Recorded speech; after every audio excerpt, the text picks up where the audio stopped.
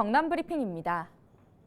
통영 소매물도에서 암벽 등반을 하던 동호 회원들이 고립됐다 구조됐습니다. 지난 주말인 2일 오후 1시 40분쯤 통영 소매물도 인근 갯바위에서 50대에서 60대 8명이 고립됐다는 신고가 통영 해경에 접수됐는데요.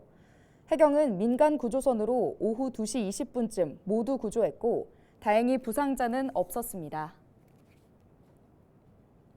예비군 훈련을 받던 중 급성 심근경색증으로 쓰러졌던 20대 남성이 사고 발생 48일째인 지난 1일 결국 목숨을 잃었습니다.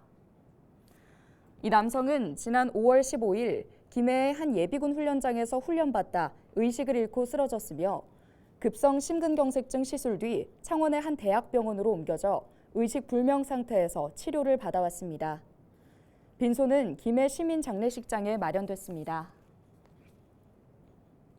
경남의 산사태 위기경보가 지난 1일 오전 9시를 기해 가장 낮은 단계인 관심으로 하향됐습니다. 산림청은 장맛비가 소강 상태에 접어들면서 산사태 발생 위험성이 낮아져 위기경보를 한 단계 낮췄다고 설명했습니다. 산사태 위기경보 단계는 관심, 주의, 경계, 심각 4단계로 구분됩니다. 산림청은 계속된 비로 지반이 많이 약해져 있는 만큼 호우 소강 상태 기간 산림 피해 상황을 점검하고 응급 조치할 계획입니다. 제13회 창원 시민의 날 행사가 지난 주말 성산아트홀에서 열렸습니다. 변화와 혁신의 도시, 여기는 창원입니다를 주제로 열린 기념식은 국회의원과 기업체, 자매도시 방문단, 시민 등 1,600여 명이 참석해 시민의 날을 축하했는데요. 홍남표 시장은 원자력 산업 생태계 복원과 의료, 모빌리티 등 미래 성장 동력 확보로 변화와 도약의 창원을 만들어가겠다고 밝혔습니다. 지난달 28일부터 나이를 세는 방식이 만 나이로 통일됐습니다. 만 나이 계산은 생일에 따라 달라지는데요. 올해 생일이 지났다면 현재 연도에서 태어난 연도를 빼면 되고 생일이 지나지 않았다면 추가로 한 살을 더 빼서 계산하면 됩니다. 만나이 통일법이 시행됐지만 이 시행 초기 혼선이 불가피한데요. 여전히 연나이가 적용되는 사례가 많기 때문입니다. 먼저 초등학교 입학 나이는 연나이 기준으로 7세로 유지됩니다. 또 병역 판정 검사를 시행하는 나이도 연나이 기준 19세입니다. 술이나 담배를 구매할 때 만나이가 적용되는지 아니면 연나이가 적용되는지 헷갈린다는 분들 많으시죠? 청소년 보호법에 따라 연나이를 적용합니다. 즉 연나이로 19세가 되면 생일이 지나지 않아도 판매가 가능한 겁니다.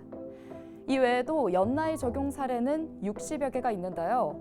약간의 혼란이 있을 수 있겠지만 새로운 나이 문화로 인한 긍정적 효과도 예상됩니다. 만나이 제도가 정착되면 한두 살 차이도 엄격히 따졌던 한국의 서열 문화, 점점 사라질 수 있겠죠?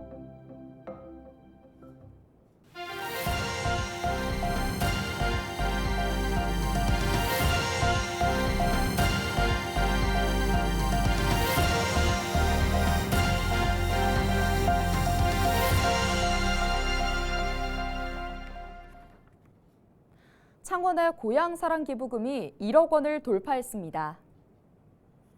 창원시는 올해 시행된 고향사랑 기부제에 지난달까지 1,168명이 참여해 기부금 1억 원을 넘어섰다고 밝혔는데요. 기부 금액은 10만 원이 56%로 가장 많았고 100만 원 이상 기부자도 10명에 달했습니다. 지역별 기부 건수는 경남도가 42%, 서울시가 13%로 뒤를 이었습니다. 통영시가 전국 지자체 중 처음으로 어린이 상해보험을 지원합니다. 이 보험은 예상치 못한 각종 안전사고와 재해로부터 피해를 입은 어린이의 생활 안정 지원을 위한 제도로 통영시에 주소지를 둔 13세 미만의 어린이는 누구나 혜택을 받을 수 있는데요. 보장 항목은 상해 의료비와 상해 입원 일당을 비롯해 어린이 학교폭력 피해 보장금과 어린이 폭력 상해 후유 장애 등 총 11개 항목이 보장됩니다. 다른 보험 가입 여부와 상관없이 중복 수혜가 가능하며 보험금 청구 기간은 상해 발생일로부터 3년 이내입니다. 지금까지 경남 브리핑이었습니다.